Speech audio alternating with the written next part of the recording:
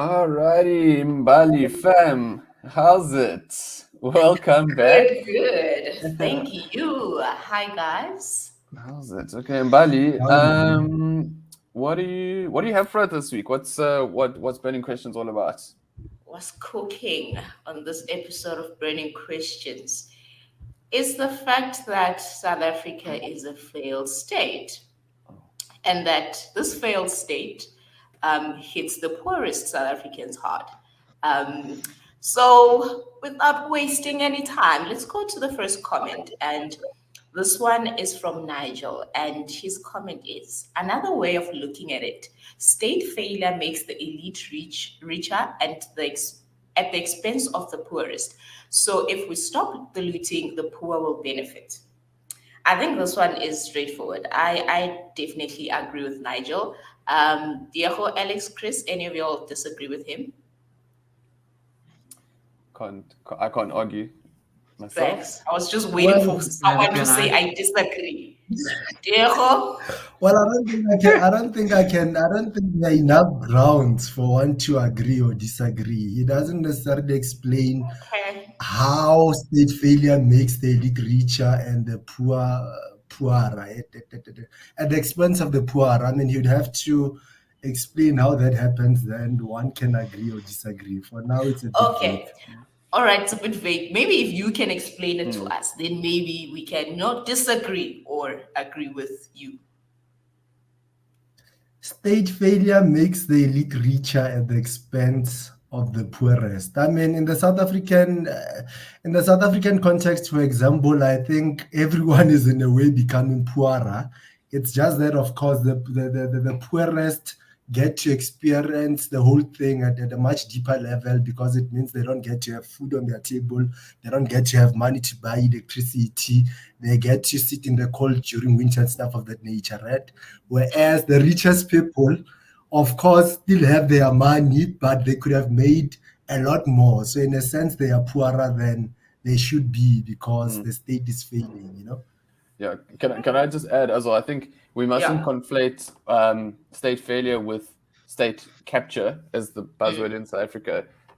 People, when there's looting of public funds and policies like preferential procurement, BEE, those kind of things that really only benefit the elite, that is at the expense of the poor. Yes. But people getting wealthier doesn't make people, just because one person's getting rich doesn't make other people poor. Per se. Yeah. But if they are getting rich in, using our taxes, then definitely I'm getting poorer by the day. Well, let's make an example with Rupert. Rupert is getting richer, but a lot of his investments are outside South Africa at the moment. So majority of South Africans are getting poorer. But Rupert is a South African, is getting richer, but he's not even getting richer through South Africans. It's outside economies that are boosting his wealth. So it's that complex. Yeah, it definitely is. Let's go to the next comment from Rapoto, and it says, "Don't tell us about the problem. Tell us about solutions. Remember, we don't live in our past, but we need to go forward." Chris, what are the solutions that we can give to Rapoto? We should provide opportunities for the poor, for the poorest in the country, and we should provide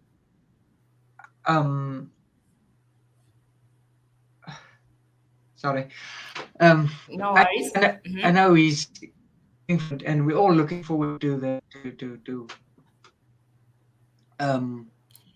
we should support them. We should provide opportunities for them and help them grow and help them with initiatives like the freedom to earn and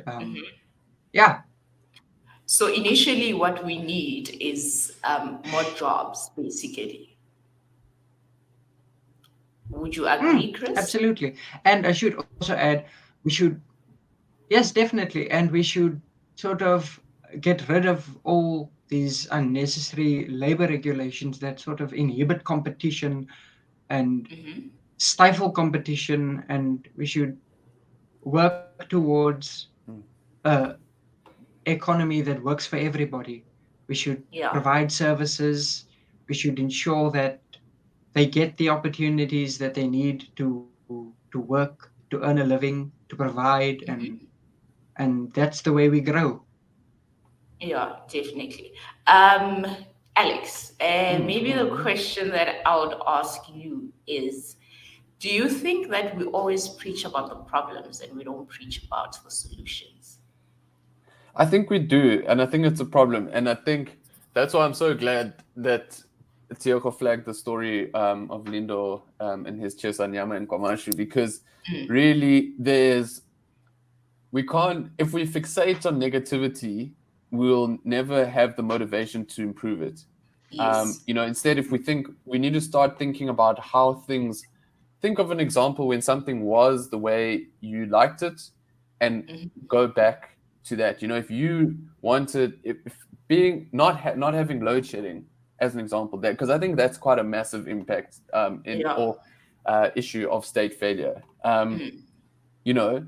Let's think about when the good times, when we didn't have rolling blackouts, and what can we do about it? Solutions. Well, I'm sure there are lots of people with very good ideas about how to fix Eskom, how to diversify the electricity generation, and that's the kind of things that we need to be thinking about. But we need to start thinking, especially as we head to 2024, how can where the solutions lie. So I'm glad Reporter brings it up. And keep that in mind when you go to the polls next. Yep, that is very true. Going to the next comment from Angela, and she says, Liberators really don't care. When the deed is done, the leaders fill their pockets and those of their comrades, and they don't bother about the little people who form the majority of those helping in the liberation. Diego, Liberators don't care, true or false? Just say true or false, okay? Let me see. Well, I don't think it's that simple. I think it's a general statement. I think in the South African context, for example, you do have liberators that I really think care. Someone like your Nelson Mandela, someone like Dikgang Moseneke. And the interesting thing about Dikgang Moseneke is that he's from the PAC. For the longest time in his life, he subscribed to socialist politics. But much as he subscribes to the kind of politics that I don't subscribe to, I still respect him, and I can still see that he's someone who truly cares about South Africans. It's just that in terms of solutions that he would put forward, I don't agree with those solutions, right? But another truth is that we do have liberators who don't care. So I think we should look at this thing at on a case to case. Liberators like who? Which liberator doesn't care? Yeah, yes. Which one? Rather I can name and shame. Who doesn't care? Yeah, I can you named Nelson Mandela. Nelson Mandela cares. I think Jacob Zuma doesn't care about Jacob Zuma. I don't think cares about South African citizens. I think well, there's a lot of them.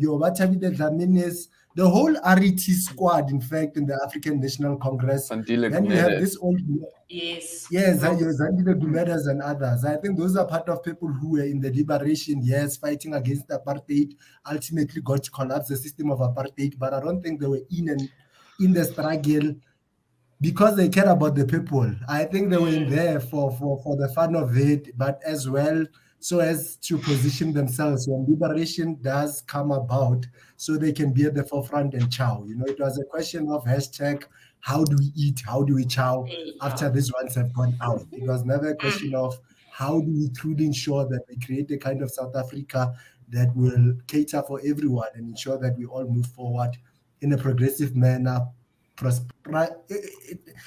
in a prosperous manner. English is chowing me there. Hey, man. We do. All right, Diego. Thanks for that response. Okay, let's go to Lulu's comment. And Lulu says, yes, I wish that the fat cats would drive through the streets of Tshwane and to see the hungry faces on our street corners. I give food whenever I can. I've never gone hungry, so I try to help where I can. And I think this ties in with what Diego was saying through fanatics, that let's really stop relying on the government. Let's go back to the basics of having Ubuntu and helping out where you can. But the government doesn't care about you. It honestly doesn't. So, Alex, what are your thoughts on Lulu's comment? Look, I think it's very good of her to help those in need. And obviously, state failure hits the poorest the hardest, which obviously the people who, driving by, sitting at traffic lights, begging for food. But it's not sustainable it's a very good Samaritan thing to do, and I totally understand the impulse. But that's why we're here to talk about these things. What can you do about it in the long term? Vote for ideas that are better than what we have at the moment. Support civil society organizations that propose sustainable solutions to something like hunger. What would, even it's actually just in your community, what would in how many opportunities would an action provide, like Chris has spoken about? We need to expand opportunities. And I think that those are the kind of things that we just need to think about. But look, it's good to help out people within your community who have very little. But I think that's the kind of motivation that people need to think about when they can do small deeds in supporting people and organizations that try to create sustainable solutions to overcome such problems, really. Yeah, that is true. Maybe let's go to the last comment.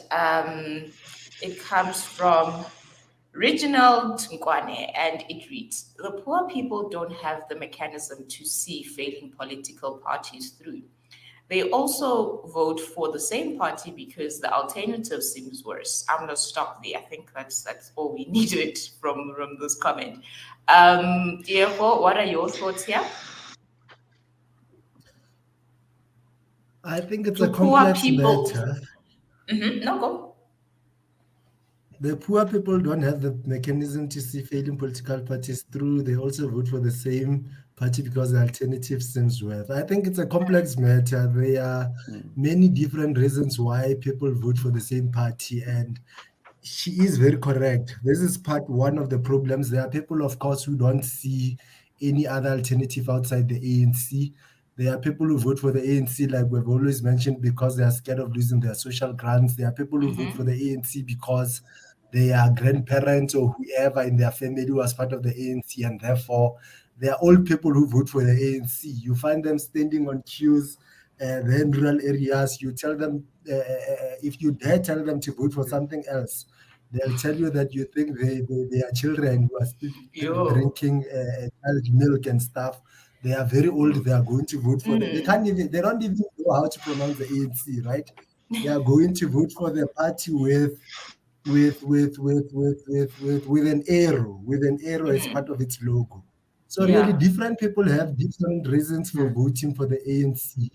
And she's very correct. That happens to be one of the reasons why they do. But really, there is a variety of reasons, and it's important that we understand all of them ahead of 2024. So when we do preach the classical liberal message, we know exactly the kind of people we're dealing with, and the different kind of reasons that people vote for the party or vote for certain political parties, and we can then be assistful in that way, understanding what the issues on the ground are really. Yeah, definitely. Alex, Chris, any last thoughts that you guys want to add? I'll defer to Chris because it looked like he let off a big sigh when you read that. I was gonna add also, there's a wide sort of understanding or thought that all politicians are greedy and all politicians are criminals because they steal. I don't think a good understanding or thought, because not you generalize like that, I'd argue, because I mean some politicians genuinely want to help you, and if you shrugging them off, you taking away an opportunity. Again, I see. I'm very fascinated with the word opportunity today. Yeah, it's opportunity for you to better yourself and better your situation. But if you shrugging it off, you don't have really an opportunity or reason to complain if you say that politicians are greedy and criminals and the like. I think, I'll just add on top of what Chris has said, like, we do speak about opportunity, but it comes back to that one of those first Lulu's comment about, giving people food when you can, is that, these people, what sort of opportunities do they have?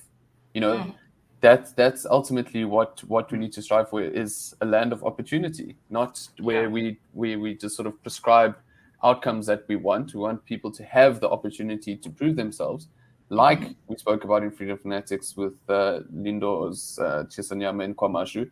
He forged an opportunity for himself, and I think that's something to bear in mind. That the challenge is to expand opportunities and identify policies that enable it. But I think this can go on for days.